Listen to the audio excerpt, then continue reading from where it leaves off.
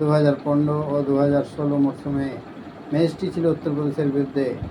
Middle order batsman Rohit সেই ম্যাচে century করেছিলেন। এবার যদি দুই কিংবদন্তিকে দলীপ ট্রফিতে দেখা যায়, নিঃসন্দেহে ক্রিকেট প্রেমীদের জন্য দারুণ খবর হবে। শেষ কবে ঘরোয়া ক্রিকেটে খেলেছিলেন বিরাট কোহলি ও রোহিত শর্মা? মনে পড়ছে কি? না পড়ারই কথা। ভারতীয় ক্রিকেটে বেশিরভাগ ক্ষেত্রেই দেখা যায় তারকা ক্রিকেটাররা আর ঘরোয়া ক্রিকেট খেলেন না।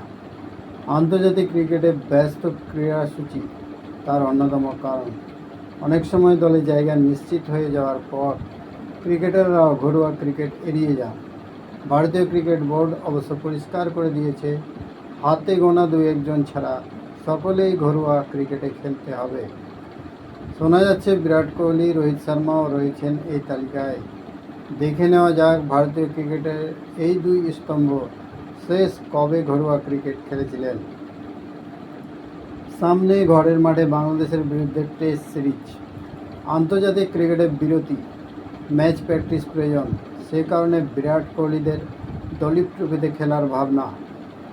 স্কোয়াড যদিও ঘোষণা হয়নি। রোহিত শর্মা দলীপ ট্রফিতে শেষবার খেলেছিলেন 2016 সালে। আর অন্যদিকে বিরাট কোহলি 2012 সালের পর প্রথম শ্রেণীর ঘরোয়া ক্রিকেটে আর খেলেননি। আসা যাক বিরাট কোহলি প্রসঙ্গে। সালটা 2012। জাতীয় দলে তখনও নিয়মিত খেলছেন। তবে কেরিয়ারের শুরুর দিকে বলা যায় রঞ্জি ট্রফিতে উত্তরপ্রদেশের বিরুদ্ধে খেলেছিলেন দিল্লির ক্রিকেটার বিরাট কোহলি। সেই ম্যাচে অবশ্য হতাশ হয়েছিলেন বিরাট। দুই ইনিংসে তার অবদান ছিল 14 ও 43। দুই ইনিংসেই তাকে আউট করেছিলেন ভুবনেশ্বর কুমার। রোহিত শর্মা শেষবার ঘরোয়া ক্রিকেটে খেলেছেন 2016 সালে দলীপ ট্রফিতে। ইন্ডিয়া ব্লু টিমের হয়ে খেলেছিলেন রোহিত শর্মা। সেই সময় মিডল অর্ডার ব্যাটসম্যান ছিলেন রোহিত। সেই ম্যাচে প্রথম ইনিংসে 30 রান করেছিলেন, দ্বিতীয় ইনিংসে 32 রানে অপরাজিত ছিলেন।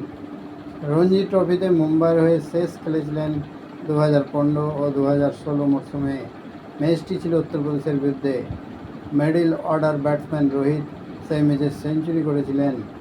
এবার যদি দুই কিংবদন্তিকে দলীপ ট্রফিতে দেখা যায়, নিঃসন্দেহে ক্রিকেট প্রেমীদের জন্য দারুণ খবর হবে।